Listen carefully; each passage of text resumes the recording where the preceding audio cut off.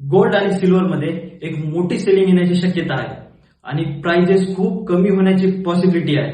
ती कसं काय ते सांगण्याच्या अगोदर तुम्ही जर आमच्या चॅनलवर नवीन असाल तर आमच्या चॅनलला सबस्क्राईब करा, कारण मराठीमध्ये तुम्हाला अशी इन्फॉर्मेशन कुठल्याच चॅनलवर भेटणार नाही. तर गोल्ड मध्ये आणि सिल्वर मध्ये आता खूप मोठी सेलिंग येण्याची म्हणजेच की प्राइजेस कमी होण्याची शक्यता आहे. ती कसं काय तर तुम्हाला एक डाटा सांगतो.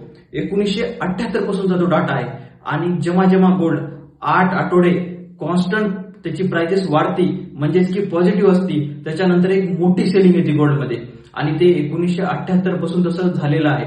जसे की 1978 ला 8 आठवडे गोल्ड पॉझिटिव्ह होता, त्याच्यानंतर 71% एवढी त्याची प्राइस क्रॅश झाली, म्हणजेच की 71% प्राइस कमी झाली त्याच्यानंतर. तसंच 2004 मध्ये 8 आठवडे गोल्ड पॉझिटिव्ह होता, त्याच्यानंतर 18% गोल्ड पडलं.